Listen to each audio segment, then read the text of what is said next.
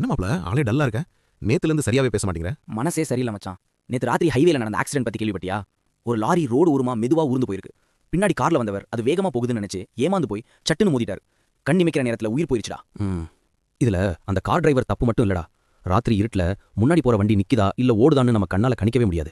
இதுக்கு என்கிட்ட ஒரு சூப்பர் ஐடியா இருக்கு. என்னடா ஐடியா? நம்ம ஊர் பஸ்ல எல்லாம் முன்னாடியும் பின்னாடியும் ஊர் பேர் போடுற டிஜிட்டல் போர்டு இருக்குமே, பாத்திருக்கியா?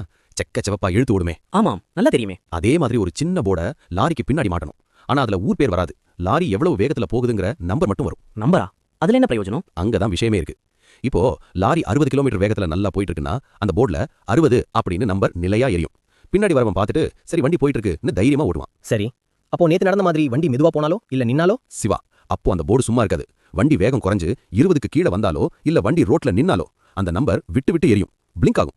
டக் டக் டக்குன்னு கண்ணுல அடிக்கிற மாதிரி மின்னும். அடடா சூப்பர் மச்சான். ஒரு லைட் விட்டு விட்டு எரிஞ்சாலே ஏதோ ஆபத்து, வண்டி நிக்குதுன்னு நமக்கு சட்டுன்னு புரிஞ்சிரும்ல. அதேதான்.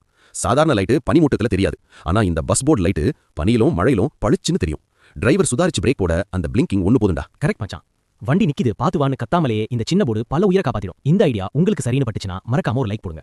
இந்த விஷயம் அரசாங்கத்தோட கவனத்துக்கு போற வரைக்கும் எல்லோருக்கும் ஷேர் பண்ணுங்க. இதே மாதிரி சமூக விழிப்புணர்வு வீடியோகளுக்கு நம்ம சேனலை சப்ஸ்கிரைப் பண்ணிக்கோங்க.